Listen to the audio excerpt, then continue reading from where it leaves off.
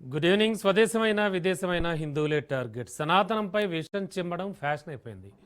ఇప్పటికే నిత్యం ఏదో ఒక చోట హిందూ దేవాలయాలు దాడికి గురవుతూనే ఉన్నాయి. ప్రతిరోజు హిందువుల మనోభావాలను అల్లరి మూకలు దెబ్బతీస్తూనే ఉన్నాయి. అయితే ఈసారి ఓ ప్రజా ప్రతినిధి బ్రాహ్మణుల్ని టార్గెట్ చేశారు. ఎమ్మెల్యే పదవిలో ఉన్న ఆయన బరితెగించి రెచ్చిపోయారు. నోరు జారి బ్రాహ్మణులపై అక్కసు వెళ్లగక్కడంతో రాజకీయంగా పెను దుమారమే రేగింది.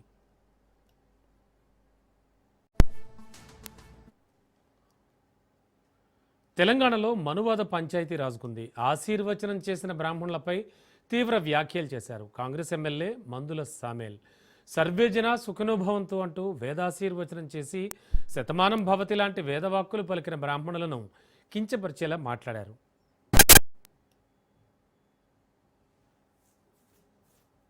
భారతదేశంలో ప్రమాదం పొంచి ఉన్నది. ఆదివాసుల అడవి కాలిపోతా ఉంది. మన జాతి నిర్మాణం కూలిపోతా ఉంది. మనవాద వ్యవస్థ మన ఇంటికి వచ్చింది. ఇప్పుడు ఆయన బాబురాయన ముచ్చట చదివిండు. ఈ వ్యవస్థ ఇట్లా ఉంది. అందుకోసమైనా నేను మీ అందరి మనవి చేస్తా ఉన్నా. 1974లో దేశమంతా ఎమర్జెన్సీ ఉన్నా ఇక్కడ ఆంధ్రప్రదేశ్ లో కాంగ్రెస్ పార్టీ నాయకత్వంలో ఎమర్జెన్సీ జరగలే. ఇందిరాగాంధీ ఆనాడే సీలింగ్ చట్టం తీసుకొచ్చి హరిజన గిరిజన భూములు వంచిన చరిత్ర మనకు ఇలా కళ్ళ మూడు కనబడతా ఉంది.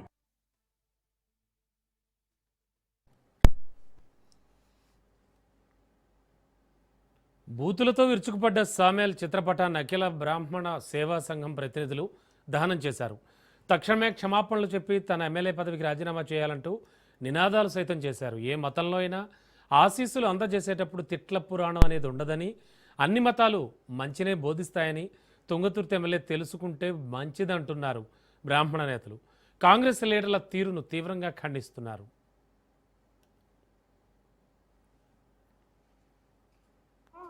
అంకుల్ శ్యామ్ ఉన్నాడు అక్కడ. ఏదంటే అది చెప్తుంటాడు, ఆయన చెప్పినట్టుగా ఆయన మాట్లాడుతూ ఉంటాడు. అక్కడ కొందరు దేశద్రోహులు, దేశ వ్యతిరేకులు, దేశాన్ని ముక్కలు కావాలని చెప్పి మాట్లాడేటువంటి వాళ్ళందరూ కూడా అక్కడ కాంగ్రెస్ పార్టీకి ఢిల్లీలో అడ్వైజర్లుగా ఉంటే, మన రాష్ట్రంలో తెలంగాణలో హిందూ ధర్మ వ్యతిరేకులు, నాస్తికవాదులమని చెప్పుకునేటోళ్ళు, ఇక్కడ దేవుణ్ణి నమ్మనటువంటి వాళ్ళు ఇవాళ రేవంత్ రెడ్డి గారికి సలహాదారులుగా ఉన్నారు. మనం చూసినాం నిన్న విద్యా కమిషన్ చైర్మన్ రిపోర్ట్ కావచ్చు, లేకపోతే అంతకుముందు కంచాయలయ్య గారి సమావేశాలు కావచ్చు, ఏవైనా చూసినాం హిందూ వ్యతిరేకులు, హిందూ ధర్మ ద్రోహులు ఇలా రేవంత్ రెడ్డి గారికి ఇక్కడ సలహాదారులుగా ఉన్నారు. నీ సమావేశంలో నువ్వక్కడ పిసిసి అధ్యక్షుడిగా ఉన్నప్పుడు మీ సమావేశంలో ఒక వ్యక్తి హిందూ ధర్మాన్ని కించపరుస్తూ మాట్లాడుతూ ఉంటే, ఆయన ఒక ఎమ్మెల్యే అయి ఉంటే వారిపైన ఇప్పటిదాకా 3 రోజులు అవుతుంది. ఈ 3 రోజులలో కూడా ఎందుకు చర్యలు తీసుకోలేదు, దానిపైన ఎందుకు మాట్లాడలేదని చెప్పి భారతీయ జనతా పార్టీ ప్రశ్నిస్తూ ఉంది. ఇప్పటికే హిందూ ధర్మం, బ్రాహ్మణులను కించపరుస్తూ మందుల సామేల్ చేసిన వ్యాఖ్యలపై కేంద్ర మంత్రి బండి సంజయ్ మండిపడ్డారు. గాంధీ భవన్లో హిందూ ధర్మాన్ని హేళన చేస్తుంటే కాంగ్రెస్ నేతలు చప్పట్లు కొట్టడం వారి మత విద్వేషానికి నిదర్శనమని ధ్వజమెత్తారు. సమాజంలో చిచ్చుపెడుతోన్న సదరు ఎమ్మెల్యేపై తక్షణమే క్రిమినల్ కేసులు నమోదు చేయాలంటూ డిమాండ్ చేశారు బండి. ఇంత వేదిక మీద అర్చకులను పిలిపించి, బ్రాహ్మణత్వం పిలిపించి వాళ్ళు స్పష్టంగా ఆశీర్వాదం ఇస్తుంటే, కానీ మూర్ఖుడికి ఏం రాదే, బ్రాహ్మణోత్వంలో ఆశీర్వాదం తెలియదే. అక్కడ వేదిక నాయకులకు సిగ్గుండాలి కొంచెం. పోయి నీ భార్య పిల్లలు అడుగుండ్రి. అడా నిన్న వేదిక మహేష్ కుమార్ గౌడ్ గారు మీతో పాటు మీ నాయకులు పోయి మీ తుంగతుర్తి ఎమ్మెల్యే బ్రాహ్మణోత్తుల మీద, హిందూ ధర్మం మీద మాట్లాడిన మాటలు తీసుకుపోయి మీ భార్య పిల్లల మీద నిలబెట్టి ఆయన మాట్లాడేది కరెక్టేనా? ఎంత ఆహ్లాదం పొందిరు వేదిక నాయకులు. అబ్బా, చప్పలు కొడుతున్నారు, నిజంగా చప్పలు కొడుతున్నారు, కేరింతలు కొడుతున్నారు. కాంగ్రెస్ పార్టీ నాయకులు నిర్లక్ష్యం చేస్తున్నారు హిందూ సమాజాన్ని. చివరకు బూతులు తిట్టే స్థాయికి వచ్చిర్రంటే ఇలా తుంగతుర్తి నువ్వు ఎట్లా గెలుస్తావు చూస్తాం ఈసారి. ఇండియా మొదటి నుంచి క్రైస్తవంలో ఉన్నటువంటి ఎవరు కూడా ఈ భాష మాట్లాడరు. మరోవైపు అటు బ్రాహ్మణ సంఘాలు, ఇటు రాజకీయ పార్టీల నుంచి తీవ్ర విమర్శలు రావడంతో ఎట్టకేలకు క్షమాపణలు చెప్పాడు ఎమ్మెల్యే మందుల సామేల్. తన వ్యాఖ్యల్ని వక్రీకరించారని ఆయన ఆవేదన సైతం వ్యక్తం చేశారు. నేను మాట్లాడిన వ్యక్తిగతమే, నో పార్టీ. ఇప్పుడు నేను వాళ్ళు అన్నది లేదు, వాళ్ళు జోలికి పోయింది లేదు. ఎందుకు వాళ్ళేమో నాకేం పగదారులా? ఒకవేళ బాధపడి ఉంటే వాళ్ళందరూ కూడా మీరు బాధపడాల్సిన అవసరం లేదు. ఇప్పుడు లేని బండిసాయి కూడా ఆ వేదిక మీద ఉన్న వాళ్ళందరూ కూడా సిగ్గులేదా అన్నాడు. మరి దానికి కూడా సమాధానం చెప్పాలిగా. మేమంతా దళితులుగా కూర్చున్నవాడా అంటే ఒక సమాజానికి సిగ్గులేదట. ఆడ కూర్చున్న ఎమ్మెల్యేలు ఉన్నారు, మంత్రులు ఉన్నారు, అందరు ఉన్నారు. ఆ డయాస్ మీద కూర్చొని నవ్వుతున్నారంటే నవ్వకూడదా, మాట్లాడకూడదా? వాళ్ళకి సిగ్గులేదంటావు. నేను మాట్లాడిన వ్యక్తిగతమే, నో పార్టీ.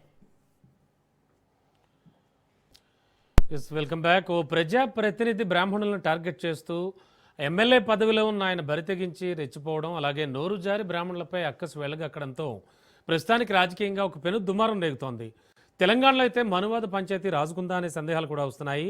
ఆశీర్వచనం చేసిన బ్రాహ్మణులపై తీవ్ర వ్యాఖ్యలు చేశారు కాంగ్రెస్ ఎమ్మెల్యే మందుల సామేల్. ఆఫ్ కోర్స్ ఆ తర్వాత ఆయన క్షమాపణలు చెప్పినా కూడా ప్రస్తుతానికి అటు పార్టీల వారీగా కూడా అందరూ కూడా స్పందిస్తున్నారు, అలాగే కాంగ్రెస్పై దుమ్మెత్తిపోస్తున్నారు, ముఖ్యంగా తుంగతుర్తి ఎమ్మెల్యే మందుల సామేల్పై. ఎస్, ఇక ఇదే విషయానికి సంబంధించి అసలు ఆశీర్వచనంలో ఏముంటుంది, ఆశీర్వచనంలో ఏం చదువుతున్నారో కూడా అర్థం కాకుండా ఆశీర్వచనం చేయించుకున్న వాళ్ళు ఉంటున్నారా, ఇవన్నీ కూడా మాట్లాడదాం. మనతో పాటు మాట్లాడడానికి ప్రముఖ పండితులు అండ్ జ్యోతిష్ పండితులు, ఆధ్యాత్మికవేత్త రవిశంకర్ గారు మనకి లైవ్లో సిద్ధంగా ఉన్నారు. సార్ నమస్తే.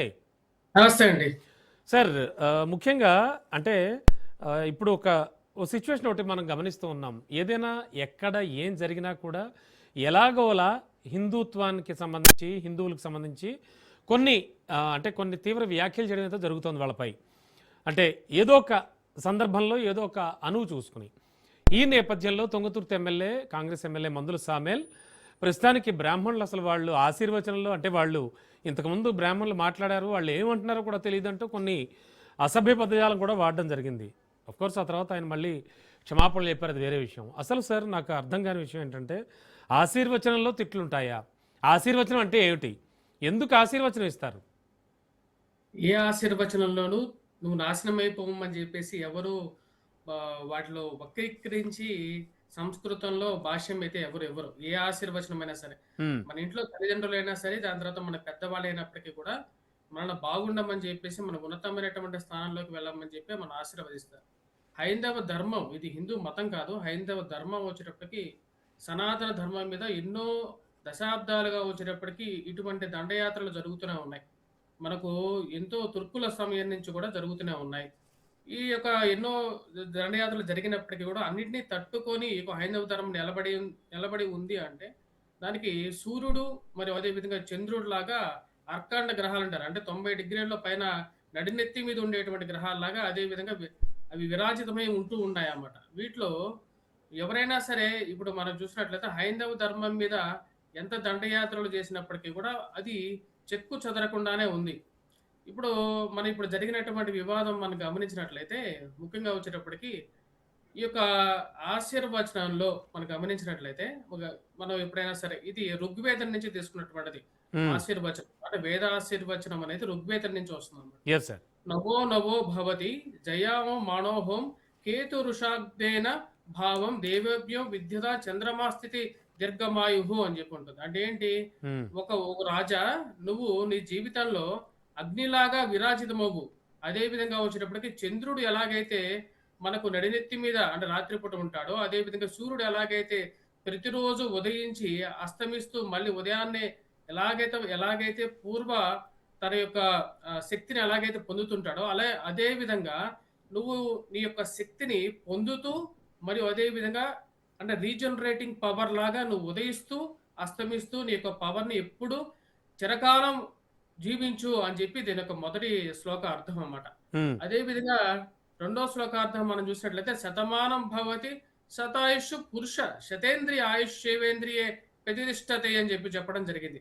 అంటే నువ్వు 1000 సంవత్సరాలు బతుకు అంటే 100 సంవత్సరాలు 1000 సంవత్సరాలు ఎలా బతకాలంటే నువ్వు ఒక పెద్ద రాజులాగా మరి అదే విధంగా నీకు అన్ని అవయవాలు నీకు ఉండేటువంటి 100 అవయవాలు ఏవైతే ఉన్నాయో అన్ని అవయవాలు కూడా పనిచేస్తూ నువ్వు బతకాలి. అదే విధంగా నీ ఆయుష్ ఎలాగ ఉండాలంటే మరియు అదే విధంగా నీ యొక్క తేజస్సు ఎలా ఉండాలి అంటే ఎంతో గొప్ప తేజస్సుగా 10 మందికి దిశానిర్దేశం చూపించేటువంటి ఒక శక్తిగా నువ్వు విరాజిల్లుతూ ఉండాలి ఒక రాజా అని చెప్పడం జరుగుతుంది. అదేవిధంగా ఈ యొక్క ఏదైతే ఇక్కడ ఆశీర్వచనంలో మనం చూసినట్లయితే ఇది అన్ని వర్గాల వారికి సంబంధించింది. అంటే ఏంటి, పురుషులు, స్త్రీలు, అదే విధంగా వచ్చేటప్పటికి పిల్లలు కూడా దీనిలో ఉంటారు. ఇక్కడ సుమంగళీర్యం వధువరిమ్యం సమేత పశ్వతే సౌభాగ్యం దత్తం యథాతథం విపరీతేరా అని చెప్పి చెప్పింది. అంటే ఏంటి, ఒక నవవధువు ఇంటికి వెళ్ళేటప్పుడు సుమంగళి తత్వాన్ని, సౌభాగ్యాన్ని తన జీవితాంతం ఆ ఇంట్లో ఉండేటంత వరకు కూడా తనకి సుమంగళితనము, అదే విధంగా మరియు తనకు ఉండేటువంటి సౌభాగ్యము కలకాలము తన చుట్టూ ఉండాలి, తన యొక్క జీవితం అనేది పరిపూర్ణంగా ఉండాలి అని చెప్పి ఆశీర్వచనంలో ఉంది. సరే, సుమంగళితనంతో, సౌభాగ్యతనంతో ఆ యొక్క వధువు ఆ ఇంటికి వెళ్ళింది.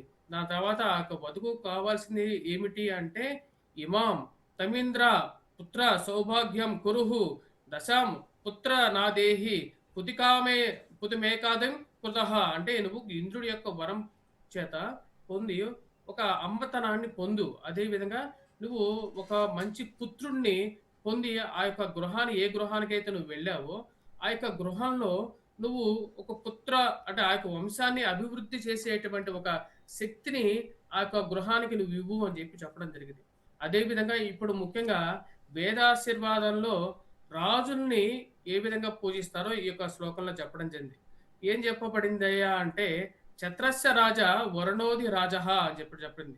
అంటే నువ్వు రాజుల్లో వరుణుడు ఎంత గొప్పవాడో అంత ఒక గొప్పతనాన్ని నువ్వు పొందు. అదే విధంగా నక్షత్రాల్లో శతభిష నక్షత్రం ఎంత గొప్పదో అదే విధంగా ఆ యొక్క నక్షత్రం యొక్క గొప్పతనాన్ని నువ్వు పొందు. అదే విధంగా వేద విజ్ఞానాల్లో అంటే వేదాన్ని అపౌరుషైహి అంటారు. అంటే వేదం అనేది ఎవరో మనకు రచించినటువంటిది కాదు. అంత గొప్ప విద్యా వైజ్ఞానిక శాస్త్రాన్ని వశిష్ఠుడు ఏ విధంగా అయితే రాముడికి చెప్పగలిగాడో అంత వశిష్ఠుడి యొక్క జ్ఞానాన్ని నువ్వు పొందు. అదే విధంగా వచ్చేటప్పటికి నీ యొక్క జీవితం అనేది ఎక్కువ సంవత్సరాలు జీవించి, దీర్ఘమాయుహు, 2 సంవత్సరాలు నువ్వు జీవించి ఈ భూమండలాన్ని నువ్వు పరిపాలించు అని చెప్పి చెప్పడం జరిగింది. మరి ఇలాగా ఇటువంటి ఎన్నో ఎస్ సార్, అంటే మీ మాటకు అడ్డొస్తున్నా, ఇటువంటి సందర్భంలో ఇంత వేదాలు చదువుకుని వేదాశీర్వచనం చేస్తూ భగవంతుడికి భక్తుడికి అంటే మధ్యలో ఉన్నటువంటి అనుసంధానకర్తలుగా వారి తరపున పూజలు పునస్కారాలు అభిషేకాలు చేయించేటువంటి బ్రాహ్మణులని ఇలా స్టేజ్లు ఎక్కి మాకేదో ప్రజాప్రతినిధులం లేకపోతే మేము సెలబ్రిటీలం ఇలా అనుకుంటున్న వాళ్ళు, అలా భావిస్తున్న వాళ్ళు, అలా ఉన్నవాళ్ళు ఇలాంటి వ్యాఖ్యలు చేయడం ఎంతవరకు కరెక్ట్ అంటారు? ఇది చాలా హేమైంది. ముఖ్యంగా వచ్చేటప్పటికి వేదాన్ని అవమానించినట్టుగా ఇది పూర్తిగా అవగతం అవుతున్నది. ముఖ్యంగా వచ్చేటప్పటికి పరమతాలని ఇప్పుడు రంజాన్ మాసం జరుగుతున్నది. అవునండి. ఇప్పుడు ఈ యొక్క రంజాన్ మాసంలో ఎవరైనా సరే మహమ్మదీయుల్ని ఏదైనా ఒక మాట అనేటువంటి ధైర్యం చేయగలుగుతారా? ఇక్కడ ఉన్నటువంటి ఆ రాజకీయ నాయకులు ఒక్క మాట అనమనండి, నేను నిజంగా వారి యొక్క గొప్పతనాన్ని కీర్తిస్తాను ఇదే టీవీ ఛానల్లో కూడా. కానీ అనడానికి ధైర్యం చాలదు. ఎందుకంటే బ్రాహ్మణులు గోవు లాంటి వారు ఇటువంటి విషయాన్ని ఎక్కువగా ఇటువంటి అంటే ఎందుకంటే ఇప్పుడు ఈ రోజుల్లో ఎలా ఉందంటే నీ యొక్క జ్ఞానం అనే దానికన్నా కూడా వచ్చేటప్పటికి నీకు ఉండేటువంటి మంది మార్బలం అనేది ఎక్కువగా తీసుకోవడం జరుగుతుంది. తద్వారా వచ్చేటప్పటికి నీకు ఎక్కువగా నీ వైపు ఎక్కువ ఓట్లు ఉంటే నీకు ఎక్కువగా నేను రెస్పెక్ట్ ఇవ్వడం జరుగుతుంది, నీకు గౌరవాన్ని ఇవ్వగలుగుతాను అని చెప్పేటువంటి ఒక ఆలోచనలోకి ఈ యొక్క కాలం మారుతూ ఉన్నది. ఎవరికైతే ఎక్కువ ఓట్లు ఉన్నాయి కాబట్టి వారికి వచ్చేటప్పటికి వాళ్ళు ఏమనరు, వాళ్ళు ఏమన్నా అన్నా సరే కూడా ఆ యొక్క వారు చేసేటువంటి విపరీతమైనటువంటి ఎదురుని వీరు తట్టుకోలేరు కూడా. కాబట్టి వారిని అంటే ఇది ఇంచుమించు ఏంటంటే సెక్యులర్ మెంటాలిటీ అనేది ఇది కాంగ్రెస్ లోనే ఉంది. సాక్షాత్తు సీఎం గారు కూడా చెప్పారు, ముస్లిమ్స్ అంటే కాంగ్రెస్ పార్టీ, కాంగ్రెస్ అంటే ముస్లిం అన్నట్టు విధంగా. అదే విధంగా ఆ యొక్క విషయాన్నే మీరు మాకు అవసరం లేదు, బ్రాహ్మణులు అంటే మాకు అవసరం లేదు, మాకు కావాల్సినటువంటి వారందరూ మాతో పాటే అంటే ఉన్నారు. గురుగారు సాధారణంగా బ్రాహ్మణులు అంటే బాగు కోరేవారిని ఒక సామెత. అఫ్ కోర్స్ మళ్ళీ ఇప్పుడు దాన్ని మళ్ళీ కొంతమంది ఏమైనా వెరైటీగా చూడడం మొదలు పెడతారేమో తెలియదు. కానీ అంటే ఇలాంటి వ్యాఖ్యలు చేస్తే హిందూ ధర్మానికి సంబంధించి కానీ మీరు చాలా మంచి మాట అన్నారు, హిందూ మతం కాదు హిందూ ధర్మం, కరెక్ట్. అది చాలామంది మీలాంటి గొప్పవాళ్ళంతా కూడా హిందూ ధర్మం అని అంటూ ఉంటారు. మరి ఇటువంటి ధర్మాన్ని కించపరిచినట్టే కదా. అంటే పర్టికులర్గా బ్రాహ్మణుల విషయం పక్కన పెడితే మరి అవన్నీ గ్రహించట్లేదా వీళ్ళు? ఇది ముందుగా ఉండండి, ఎవరైనా సరే ముందు ఒక మతం మీద లేకుండా ఉంటే ఒక ఇంటి మీద దాడి చేయాలంటే అక్కడ బలమైనటువంటి వ్యక్తిని ముందుగా గాయపరుస్తారు అన్నమాట. అదే మనం ఇక్కడ గమనించాలి. ఇప్పుడు హిందూ ధర్మాన్ని ఇన్ని రోజులు పరిరక్షిస్తున్నటువంటి వారు ఎవరు? ఆ దేవాలయాల్లో ఉండేటువంటి పూజారులు, లేకుండా వేదాశీర్వాదం చేసేటువంటి వారు, లేకుండా ఉంటే ముహూర్తాలు పెట్టేటువంటి వారు, జ్యోతిష నిపుణులు, ఇలాంటి వారందరూ ఉంటారు.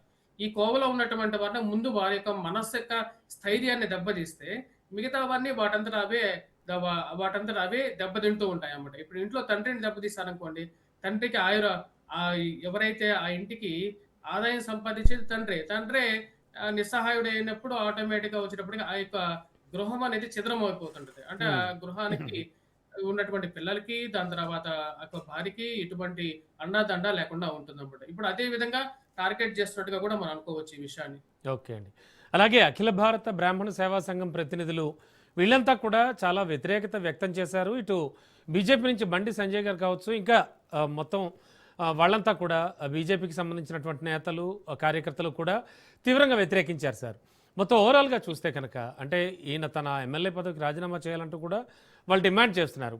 సో ఇటువంటివి సొసైటీలో ఎంతవరకు ఎఫెక్ట్ పడతాయంటారు ప్రస్తుతం ఉన్నటువంటి సిచ్యువేషన్లో? చూడండి, నేను ఒక చిన్న ఉదాహరణ చెప్తాను. రాజు ఎప్పుడైనా సరే రాజు అందరికీ రాజే. అంటే అవును. శ్రీరామచంద్రుడు రాజు ఎవరికంటే ఒకరోజు శ్రీరామచంద్రుడు తన యొక్క సభలో ఉన్నప్పుడు తనకి సహాయం చేయమని చెప్పి తనకు ఉన్నటువంటి ఒక బాధను వెళ్ళకపోవటానికి ఒక కుక్క వచ్చి తన యొక్క ఆస్థానం ముందు నుంచొని అడిగిందట. అప్పుడు ఆ కుక్కకి కూడా అంటే ఆ యొక్క శునకానికి కూడా వచ్చేటప్పటికి తను శ్రీరామచంద్రుడు న్యాయం చేయడానికి ముందుకు వచ్చాడు.